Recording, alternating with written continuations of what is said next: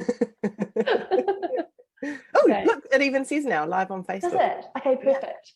It's not coming up live here for me, so we'll just give it one. We'll give it 1 second. Cool. All right. Isn't it cool to do this by imperfect action? Because Yeah, this is how it unfolds. Okay, I'm pretty sure we're live now. Guys, welcome to 2021. Just in case you thought it was still 2020, because how the hell did we get to end of February? But I'm super, super excited to have my first guest for the year for the real highlight reels of Kiwi women in business. And you guys know the whole reason the reason why I show up like I do for you guys is I want you to see the realities behind business. Not only did I write a book about it for you, but I want to showcase my incredible clients so they can share with you the unhighlight reels, the actual what it's like in the engine room, because through their stories, they're going to inspire you, they're going to normalize where you're at, and hopefully they're going to keep you in the game, which is half the freaking battle, right? So my incredible guest for today is Rebekah Holmes from the Ship Shape Shoppe. Rebekah started her biz about 3 years ago when her beautiful boy Otis was about 6 months old. And he's actually at home with her today in this interview, which is so apt because this is how women do business with their kids at home. So Rebekah, I would love for you to share with the audience how you started your biz. Like, how did this come about? Share that with us. awesome. So hi everyone, thanks for having me here, Nat. I started my business when Otis was 6 months old because I'd always been employed. I'd always been in quite successful careers and had built my marketing and communications career over 15 years. And Wow. then had a bit of a switch before I had Otis to go and become a general manager. And I didn't like it. I was, in all honesty, I was bored. It was general manager for my husband's company. And when we had Otis, I thought, I don't want to be a stay-at-home mum. I admire the women so much that can do it, but I'm not wired like that. I want to be working, but I don't want to put him in care to go to a job that I'm just punching out every day. And so I started the Ship Shape Shoppe, which is a professional organizing business for those that don't know me. It's something that I always have enjoyed, even though I'm naturally a very messy person. I've always enjoyed organizing, and making things fit in tiny little boxes is very satisfying to me. So I thought there's not any better time to try this than when I have a 6-month-old child at home. Some people might be listening going, hang on, no, there may have been a better time. Yeah. Tell us about that, because if we think about it, logically, it may not on paper be the right time, but isn't that how all of us have unfolded with our businesses? So tell me a little bit about that. Like, what were your fears when you first started out? You've got this literally a brand new baby, 6 months old, and you're like, hey, I'm going to go start my first business. Tell us a little bit about that. Do you know, this is one of my blessings and my curses. I don't feel a lot of fear, and I don't see... Stop showing off.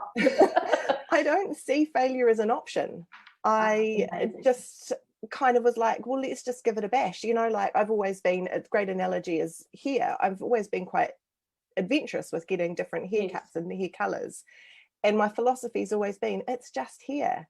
And it kind of strips away the fearfulness that I have about trying things. And that's what it was like when I started my business. It's just an idea. Let's just see how it goes. Now, that's not to say I've kept that the whole way through. There have been... share that real highlight reel. Yeah, there have been many moments when I'm like, I'm going to be a housewife. I had one just yesterday. I'm going to be a housewife now. This is just too hard.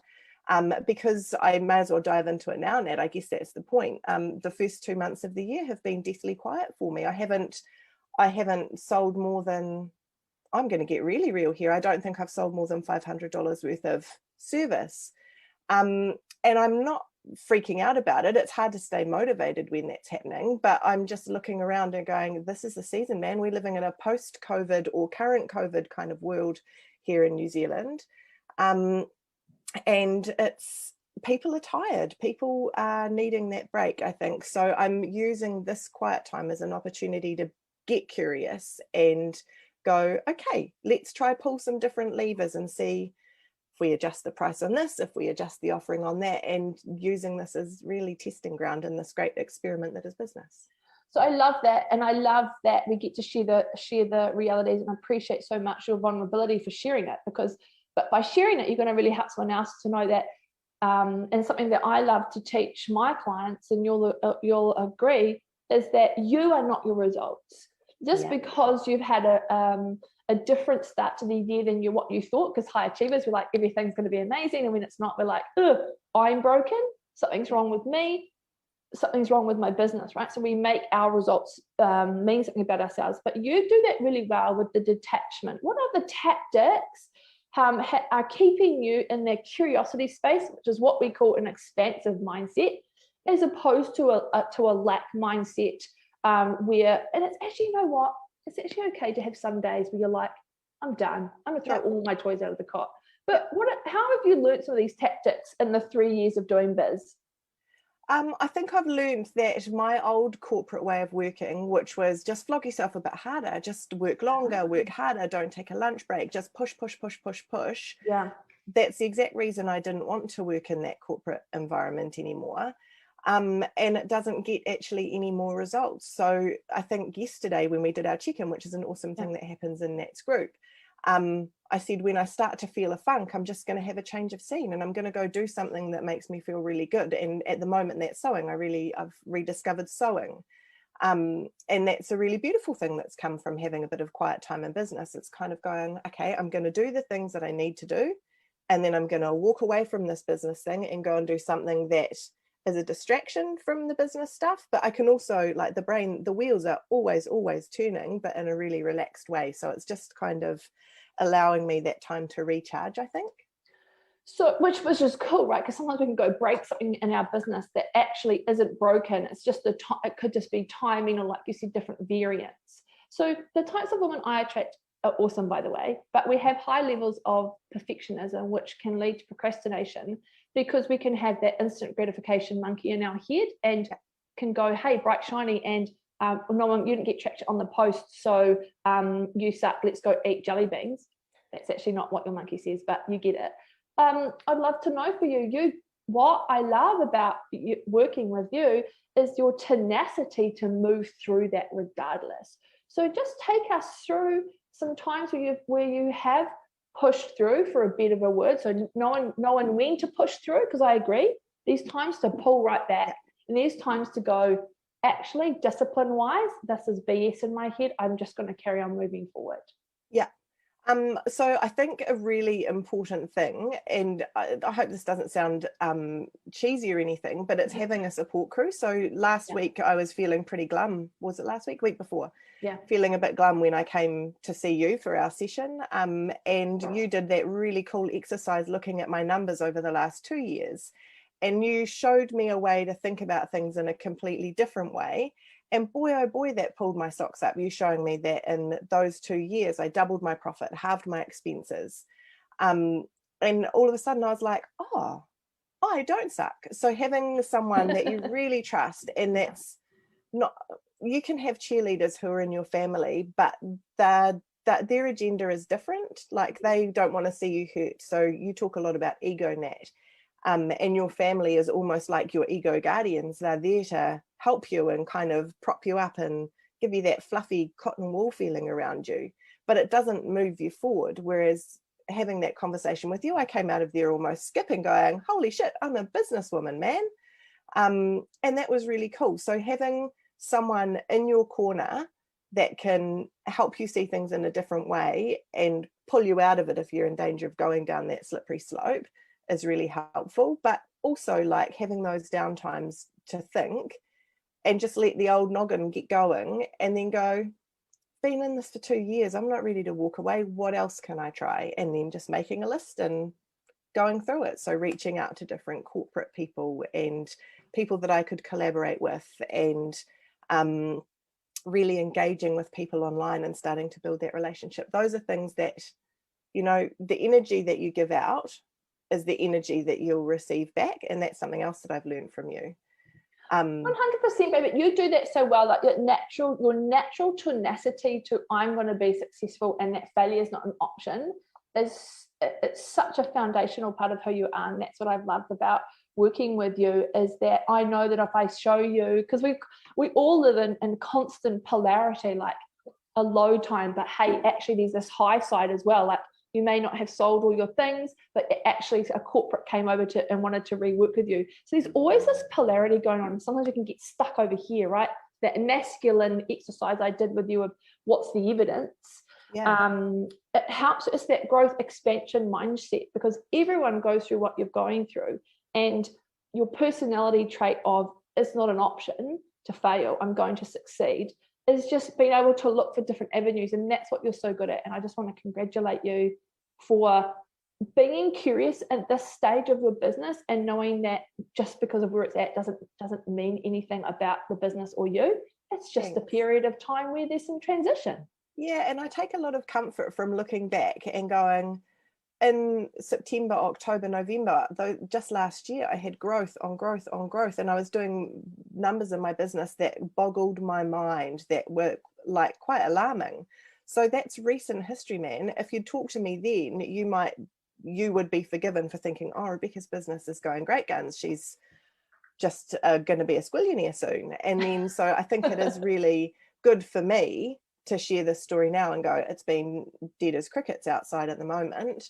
But only a couple of months ago, it was absolutely humming, and knowing, like, I'm just going to keep spouting all these lessons that I've learned off you, Nat, but you know, like the lessons that you take from the ocean, the tide goes out, the tide comes back in, and I absolutely trust that the tide is going to come in, but I'm not going to sit there waiting for it. I'm going to kind of go and get some gravitational pull happening. Go up the river instead. Yeah. I think that's an important point, that you've always gone out of your way, and as a coach, we always have to check in the viability. So we've checked in that your business is viable, that there is a hungry buyers to take your offers. So sometimes they're full and they're not ready to eat next, right? Yeah. But what we care about, and what everyone needs to get from this piece here, is that the viability of your business is checked, because we also don't want clients to be flogging a dead horse. Yeah. Right. And that's why I love your natural curiosity around the offers at the moment. Okay, what is it that people do want? And that's the beauty of small business is, oh my God, you think your word was cheesy? This one, everyone's going to eye roll. You get to pivot quickly as a small business, right? Because you can get to read the audience and read the room. What do you think? I've got two questions coming up. Okay, this first one. How important is mindset over strategy? 100%. You know, like with my corporate background, I've got strategy coming out the booyah, if that's the word. I've got it coming out everywhere. It is now. But if I am in a slump, no strategy in the world is going to give me that pep and give me that tenacity to keep going. It's all about strengthening up here. And just believing really that I can do it, and understanding, like we were saying before, that there are going to be days where it's a push through the funk day, and it's actually no, just rest and recover, and understanding that that's just part of business, and it's not always going to be up here, is really, mindset over strategy 100%.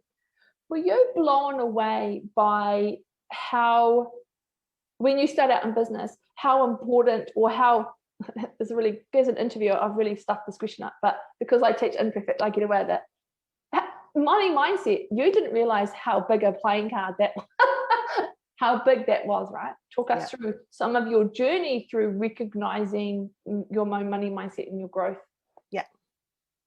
I didn't even know money mindset was a thing, and I'm like scraping the tip of the iceberg when I really start to uncover all of that, but it's been absolutely eye-opening, and I don't think that I would have learnt about that without you. That's one of the things that I've always done in my business. I've always invested early because I want to fail quickly.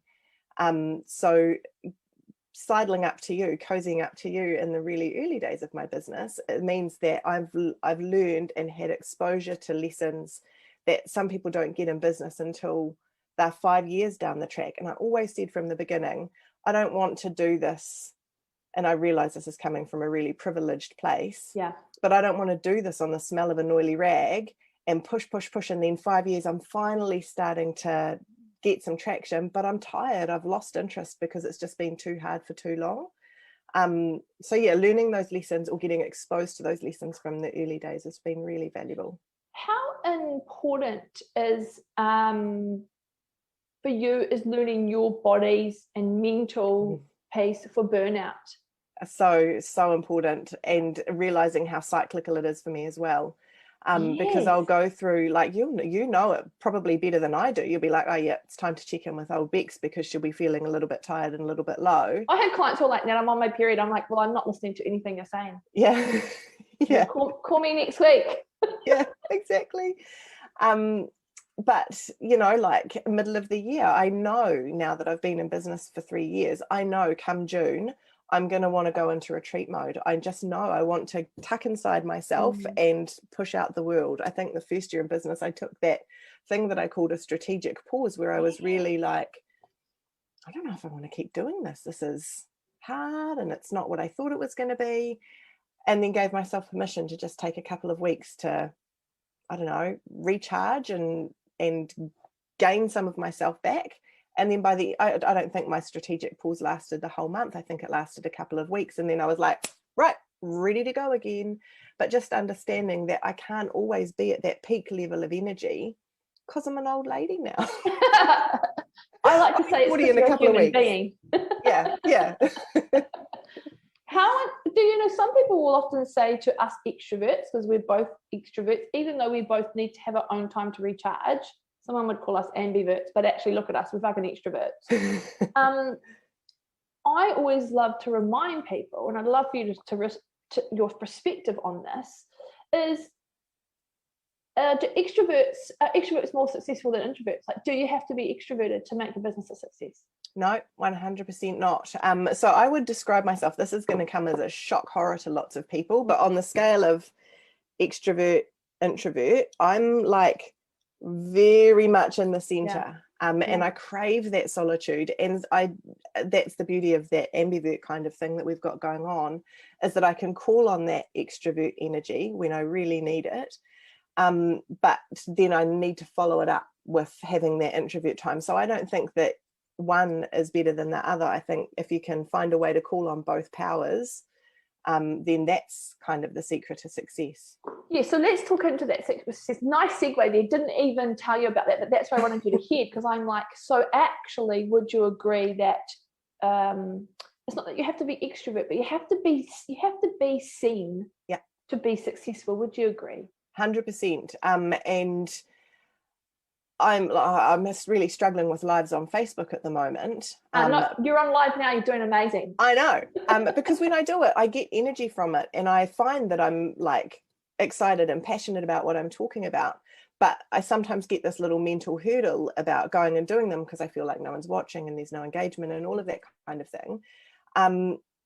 But when I do show my face and when I do let people see me and hear me and get to know me, then there's a bump in results. Even if there's not a bump in likes or engagement and comments or whatever, there's lots of video views, that kind of thing. So I think being seen or being heard is really important. I love that you said that, because it's so important. And I sometimes feel like I'm everyone's mum telling everyone the same thing. So it's really cool that you reiterate that. Just because you do I do a lot of live videos. There's a lot of times where I might not even get a like. And if I chose that as my metric for success, I wouldn't be doing them. But it's when you go out and you meet someone, they say, oh, that video, it's really what I needed to hear. It's showing up for that piece, isn't it? And knowing that the social media in particular has to be part of a bigger strategy, which leads me into the question for you in terms of these new platforms coming out. And I know a lot of my clients are like, oh my God, I've got to do reels, I've got to join the club. And I'm like, everyone, just calm down a little bit, okay?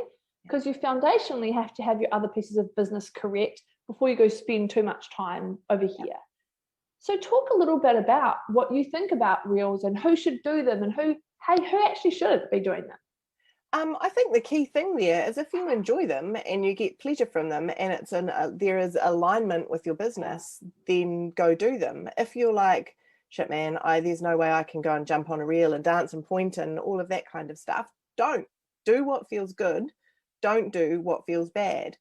I have an invite. I'm a member of Clubhouse, but I don't get it. I've tried to get it because people are like, man, there's growth, there's all this stuff, and so I went there because I'm the bright shiny object person, but I didn't get it, and so I'm like, okay, cool, well, let's not do the thing that is not kind of intuitive and innate in me yet. Let's just focus on something else. I'm really enjoying doing reels. I have fun, I get good engagement from them, and I'm seeing a lot of growth. So at the moment, I feel that my social media presence is swinging more towards Instagram, because my ego is getting good feedback from the people on Instagram as opposed to Facebook. But I know that it will swing again, and I'll go back to Facebook and just go where my energy pulls me. I think a really good point is that you've always been amazing on Instagram stories, Instagram posts. So it would have been weird if you hadn't started doing reels, given your entertainer personality, right? Yeah.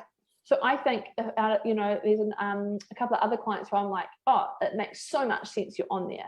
And there's some other clients where I'm like, actually, we need to just go keep this foundational stuff down first before you try and build over there.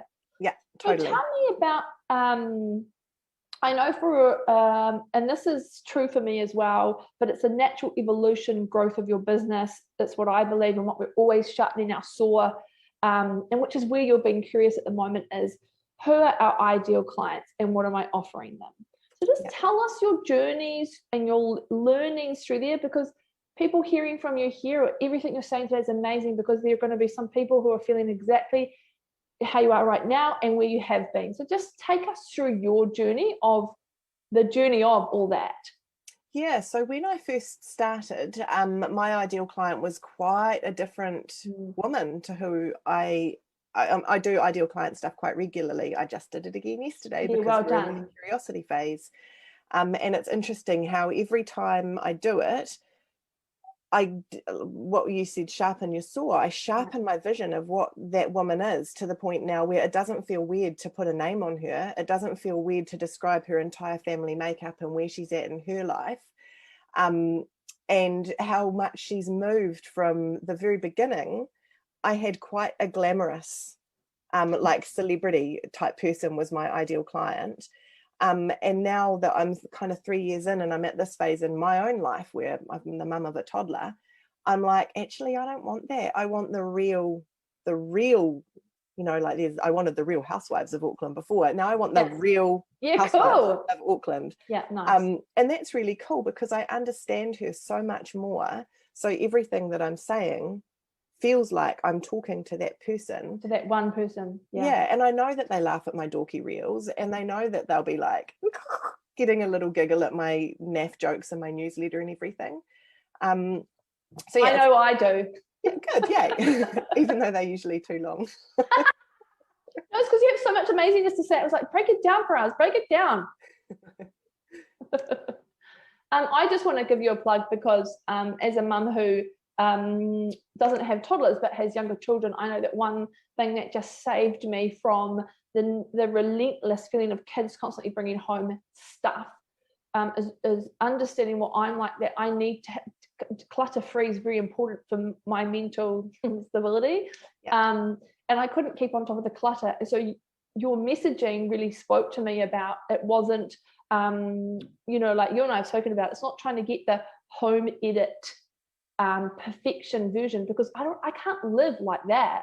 I just need to live in a very real way, declutter. So when you came and decluttered the kids' room with the kids and they were to take ownership, they keep their room so much more tidy and the ownership's incredible. So guys, seriously, it's something that Rebekah she loves it. Like, she loves getting all the stuff out of my cupboards in my basement. And I walked down there and just thought I was going to vomit from overwhelm. And you were in there like, this is amazing. This is so much fun. I'm loving it. Yeah, like this is someone who's in their genius expert space where you knew how to solve that problem. So what you do is amazing. How your brain works is amazing. And I remember the first time I saw you on stage, it was Alicia Bentley, it was you, and it was at one of Jess Stewart's amazing book launches.